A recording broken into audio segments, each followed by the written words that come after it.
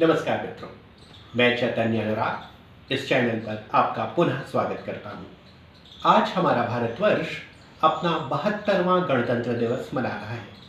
जाहिर है ये मौका है हमारा अपने देश की सामूहिक उपलब्धियों, उसकी महत्वाकांक्षाओं और स्वतंत्रता से अभी तक की उसकी यात्रा के बारे में सोचने का, उस पर गर्व करने का और उससे उल्लसित होने का।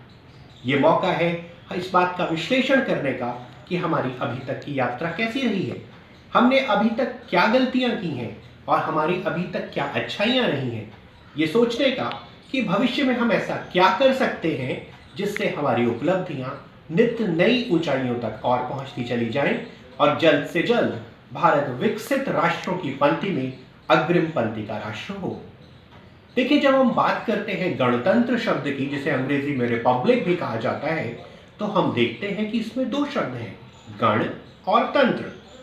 गण का अर्थ है कॉन्स्टिट्यूएंट्स, एक मॉलिक्यूल जैसे कि बहुत सारे एटम्स से मिलकर बना होता है, उसी तरह से एक समाज और एक राष्ट्र बनता है अपने नागरिकों की सामूहिक चेतना से, अपनी जनसंख्या की शक्ति से। और ये मिला हुआ बड़ा तंत्र, ये बड़ी व्यवस्था जो कि उसकी पूरी जनसंख्या और उसकी पूरी चेतना को अपने आप में समेट रही है, यही स्वयं में वो समाज है, यही वो राष्ट्र है। और जैसे हम हैं वैसे ही हमारा राष्ट्र है। तो जब हम बात करते हैं अपने देश की, तो कई बार उपलब्धियों पर गर्व करने के साथ साथ हम अपनी सरकारों, अपने समाज, अपनी व्यवस्थाओं की कमियों और जो वो नहीं कर पाई है के बारे में भी बहुत सारी बातें करते हैं।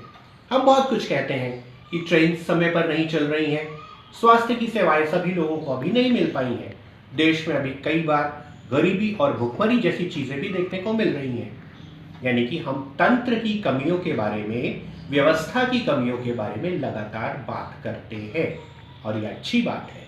हमें पूरा अधिकार है कि हम उस महाव्यवस्था, उस देश की पूरी संरचना के बारे में चर्चा करें जिसके हम हिस्से हैं। लेकिन साथ साथ हमारा ये भी तो कर्तव्य है कि हम उस गण की भी चिंता करें, के बारे में भी सोचें जो इस देश को बना रहा है। हम ही इस देश के गण हैं। जैसे कि मॉलिक्यूल बनता है एटम्स से, वैसे ही देश बना है मुझसे, आपसे, हम सब से।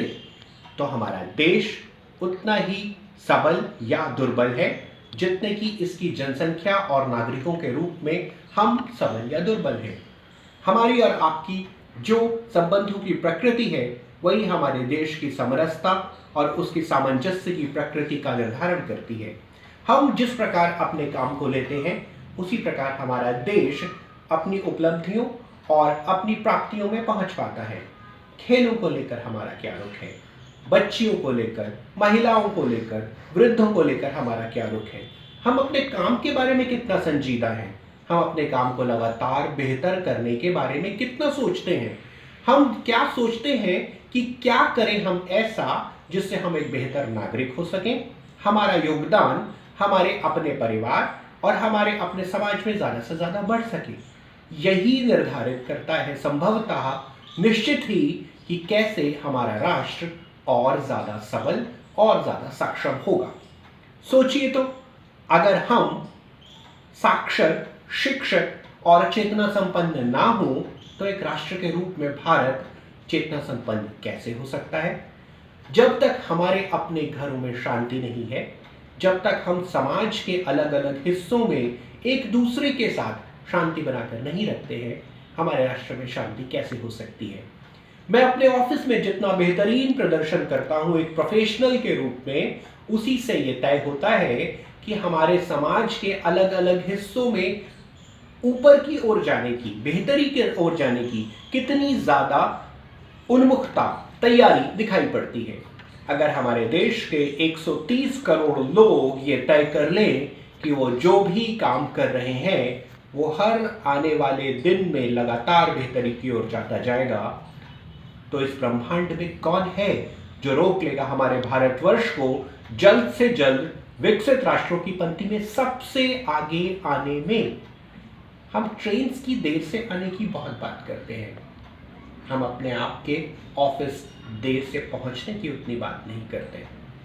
हम समाज में अव्यवस्था की बहुत बात करते हैं, लेकिन हम सड़क पर अव्यवस्थित और एनार्किक तरीके से, उल्टे सीधे तरीके से अपनी गाड़ियों को इधर से उधर घुमाने के बारे में बात नहीं करते। हम बहुत बात करते हैं कि सरकारें ठीक काम नहीं कर रही हैं, व्यवस्था ठीक काम नहीं कर रही है, कौन कितना घोटाला करके भाग गया, लेकिन हम अपने रेड लाइट जंप करने के बारे में बात नहीं करते। हम ये बात कर सकते हैं क्या कि कैसे एक परिवार में मेरा योगदान एक पिता के रूप में, एक पति के रूप में, एक बेटे के रूप में और ज़्यादा बेहतर हो, जिससे मेरा घर ज़्यादा शांतिपूर्ण हो, समाज में मेरा योगदान हर उस काम में जो भी मैं, आप या ये वो कोई और कर रहा है वो और बेहतर होता चला जाए। उससे हमारा राष्ट्र लगातार नई ऊंचाइयों को निसंदेह छुएगा। और फिर अंततः सबसे महत्वपूर्ण बात यह है, जैसा कि कहा भी जाता है, a whole is always greater than the sum of its constituents.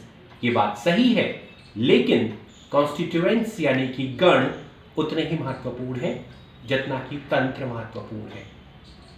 तो ऐसा लगता है कि गणतंत्र दिवस वो दिन है जिस दिन हमें उन संकल्पों को दोहराने की ज़रूरत है। जब हम बात कर रहे हैं अपने देश की उपलब्धियों की, तब हमें अपनी व्यक्तिगत उपलब्धियों के बारे में भी सोचने की ज़रूरत है और ये जानने की ज़रूरत है कि हम कैसे अपने आपसी संबंधों को, अपने घरों को, समाज को, अपनी उपलब्धियों को ज़्यादा बेहतर तरीके से निभा सकते हैं।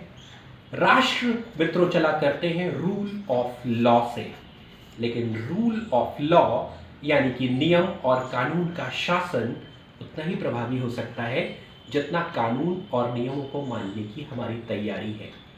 तो अगर हम देश के नियमों का पालन कर रहे हैं, अगर हमें अपनी मोटरसाइकिल चलाते समय हेलमेट लगाने में कोई हिचकिचाहट नहीं है, अगर हम अपने घरों में लोकतांत्रिक माहौल बनाए रख पा रहे हैं, अगर हम महिलाओं के साथ सम्मानपूर्वक और गरिमा के साथ बातचीत कर रहे हैं, अगर हम उनकी स्थिति को हमेशा सम्मानजनक रख पा रहे हैं, तो हमारा देश, हमारा समाज निरंतर एक स्वस्थ, सबल और सशक्त समाज होगा।